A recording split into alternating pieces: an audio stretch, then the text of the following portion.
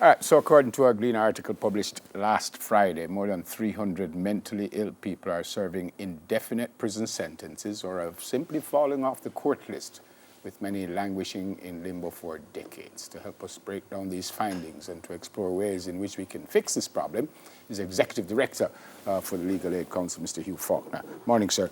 Morning. Welcome to Smile Jamaica. Right, thank you very much. Let's be specific about Mr. Blackstock, the police officer who apparently was in jail for 31 years, wasn't charged, but apparently he couldn't plea because he was mentally ill, and just last week was given bail. Yes. That's correct, what I said. Well, he was charged, and he had been going to court. And the Legal Aid Council has a project where we're seeking to assist the mentally ill persons in correctional facilities. Ms. Nancy Anderson was the attorney in that matter, and approximately 9 petitions were filed to the Governor General to review these cases. But the response from the Office of the Governor General suggested that Mr. Blackstock was not tried and sentenced. He was actually an accused but hadn't been tried. So why was he in jail for 31 years? It would seem that his matter had fallen off the court list. What does that mean when you say fall off the court? All right.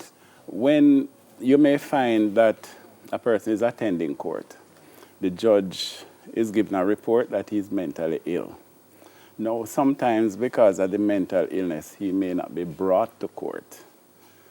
And to bring him to court, the court must issue a writ to a correctional facility to bring him on the next date. So sometimes there may be lapses in the process. And you end up... that lapse took 31 years. Here's not the entire 31 years, but a great portion of it. Also, if he's deemed mentally ill and not fit to plead, why would he not be in a mental hospital? Why would he be in jail if he's not fit to plead? Well, what I can say, Neville, that comment would find favor with attorneys and the psychiatric consultants. But in a serious way, why would he not be in? Well, currently, we do not have a mental hospital to accept these people. That's a reality. We do not have a mental hospital, a forensic mental hospital, forensic psychiatric hospital to accept these people. The correctional facilities have a psychiatric wing. And we are saying a person with mental illness is someone who ought to be at a hospital, a psychiatric hospital, and not at a prison. And the psychiatrists have indicated that a prison is not the environment to advance your recovery. You might not be able to answer this, Mr. Faulkner, but is he being treated while he's in...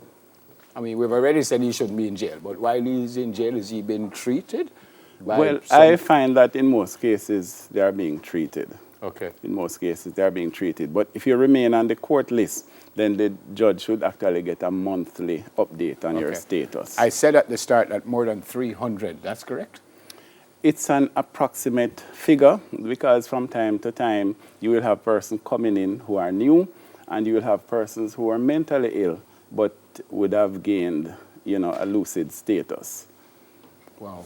But it's in that ballpark. So what happens to these people now? What does the legal aid want to do? What are you trying to do? Well, one of the first steps that we believe could be made is for family members who have had persons for extended period to come forward and contact us. In January, we released Mr. Leslie Spalding because a family member came forward so we could have put the matter to the court, indicate to the court that should the court release this gentleman, he has a family member who will ensure his keep and his care and to ensure that his medication is taken because they still would have to go to monthly checkups. So without a family member, it puts some strain on us because in the past we have had to rely, for example, the infirmary in Sablamar. They had to take one of the persons who the court was willing to release because the family members indicated that they felt he was a threat to them. Question. So I do something for whatever reason. You are my lawyer. I go to jail and it is said that I'm not fit to plead. And I stayed there for 31 years. Want to my lawyer all this time. My lawyer just walk away and leave me after them say, Well, in my view, your attorney would have had a duty to ensure that your matter is followed and that sometimes it needs more than just a fit to plea, but a complete psychiatric evaluation, which is a more in-depth process. is it fair to say that maybe some of these 300 lawyers did not do what they were supposed to do? Well, it would be risky for me to apportion blame, but it could be a general spread of failures.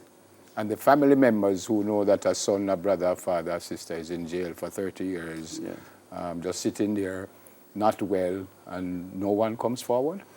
That is the situation because the correctional facilities have a community of field officers who, when we ask to contact the family members so that we can make an application. There was an instance in St. Anne where the incident took place in 1977, and the families said they hadn't forgiven the person.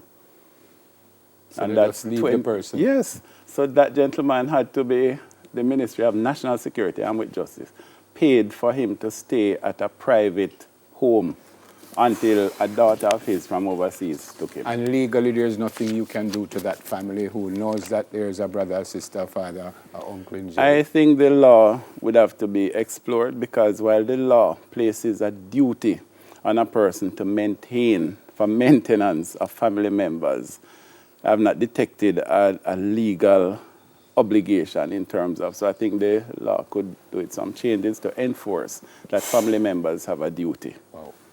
It's sad. It's sad. Yes. I hope you can help as you did with... Right, so we're asking the family members to contact the Legal Aid Council because there are 3 steps that we can take. One is to an application to relist the matter, put the matter back in the court. If the person got mentally ill after being convicted, etc., we can do a petition to the GG, etc.